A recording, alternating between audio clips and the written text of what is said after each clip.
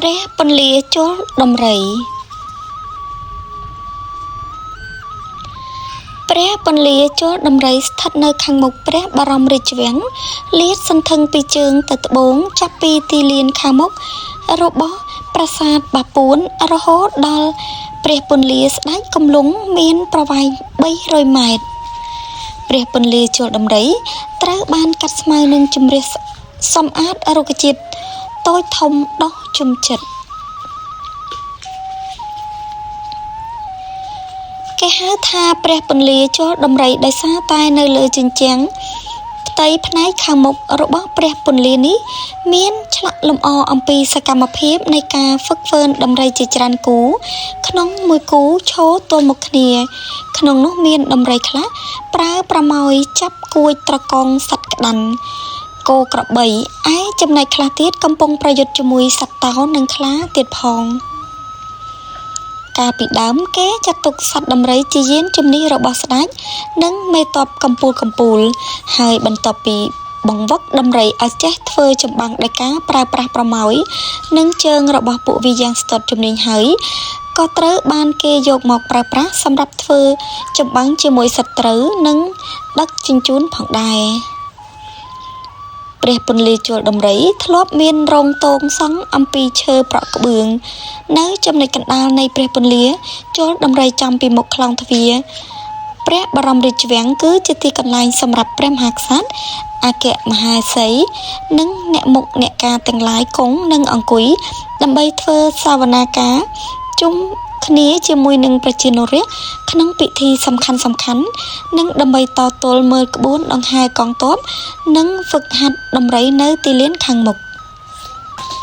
ទីតាំងរបស់ព្រះមហាក្សត្រនិងព្រះអគ្គមហេសីគឺស្ថិតនៅចំពីមុខខ្លោងទ្វារខាងកើតនៃព្រះបរមរាជវាំងដែលមានលម្អចម្លាក់សត្វនាគនិងសត្វតោនៅផ្នែកខាងលើរបស់ព្រះពន្លារីឯនៅលើផ្ទៃជញ្ជាំងផ្នែកខាងក្រោមនៃព្រះពន្លាវិញមានលម្អចម្លាក់បក្សីគ្រុឌធំឈរលើសត្វពស់ឬនាគតម្រៀបគ្នាលើត្របកស្លាបឡើងលើយ៉ាងរៀបរយដែលសរសេរបញ្ជាក់ឲ្យឃើញថាទីកន្លែងនេះជាទីសក្ការៈស្ដេចគង់យ៉ាងពិតប្រាកដព្រោះគេចាត់ទុកថាព្រះមហាក្សត្រកំពុងគង់នៅលើឋានសួគ៌ទីលានជល់ដំរីស្ថិតនៅខាងមុខនៃគោបរៈខាងកើតនៃកំពែងព្រះបរមរាជវាំងខាងកើតនៃប្រាសាទវិមាត្រអាកាសត្រូវបានសាងសង់ឡើងនៅក្នុងរជ្ជកាលព្រះបាទជ័យវរ្ម័នទី7នៅចុងសតវត្សទី12នៃគ្រិស្តសករាជវាមានបណ្ដោយ350ម៉ែត្រទទឹង14ម៉ែត្រនិងកម្ពស់ 2.5 ម៉ែត្រជាមួយនឹងជណ្ដើរ3ជាន់ចាប់ពីប្រាសាទបាពួនដល់លានស្ដេចគំលុងលាននេះមានរានហាលចំនួន3និងមាន2ជាន់ជណ្ដើរខាងត្បូងអមសងខាងដោយដំរីក្បាល3កាន់ផ្កាឈូកនៅប្រម៉ោយរបស់វានៅជណ្ដើរកណ្ដាលដែលសំខាន់ត្រូវបានគេតុបតែងលម្អដោយចម្លាក់សត្វសឹងនិងគ្រុឌឈរទ្រជណ្ដើរនិងគឺជានិមិត្តរូបរបស់ព្រះបរមរាជវាំងស្ដេចទាំងអស់តែងតែឡើងហើយចុះតាមផ្លូវនេះនៅលើជញ្ជាំងអាចឃើញតួលេខសត្វដំរីជាច្រើនតាមពិតពួកគេកំពុងប្រមាញ់សត្វដំរី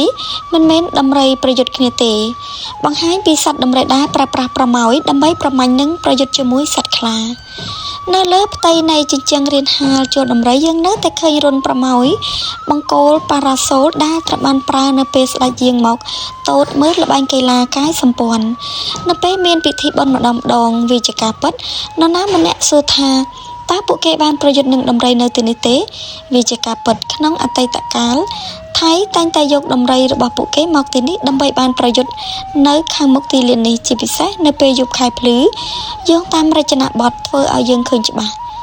ទីលានជល់ដំរីនេះនៅជាប់នឹងនេះយើងអាចមើលឃើញសត្វពស់បានប្រយុទ្ធជាមួយសត្វគ្រុឌនិងខាងជើងនិងខាងលិចនៅចុងខាងជើងនៃរានហាលនៅក្រោយជញ្ជាំងខាងក្រៅគេឃើញមានសត្វសេះក្បាល5ធំដ៏ពិសិដ្ឋមួយដែលជាអវតារនៃព្រះពោធិតំណាងព្រះអាទិទេពនៅមហាយានរូបចម្លាក់នេះខុសប្លែកពីរូបចម្លាក់ដទៃដោយសារវាមានភាពរស់រវើកនិងត្រូវបានឆ្លាក់យ៉ាងល្អដោយសារវាមានស្វេតឆ័ត្រនៅពីលើគេសន្និដ្ឋានថាជាសត្វសេះរបស់ព្រះរាជារូបនេះហ៊ុំព័ទ្ធដោយ អប្សរានិងយក្សកាន់ដំបងក្នុងចំណោមមនុស្សកំពុងផុតភ័យជាច្រើនអ្នកប្រាជ្ញបារាំងមួយចំនួនជឿថាសេះនេះតំណាងឲ្យអវតារលោកេស្វរៈពេលព្រះអង្គមានកំណើតជាសេះបាឡាហៈនៅជញ្ជាំងខាងក្រៅស្ថិតនៅខាងជើងយើងអាចឃើញសេះប្រណាំងនឹងចម្បាប់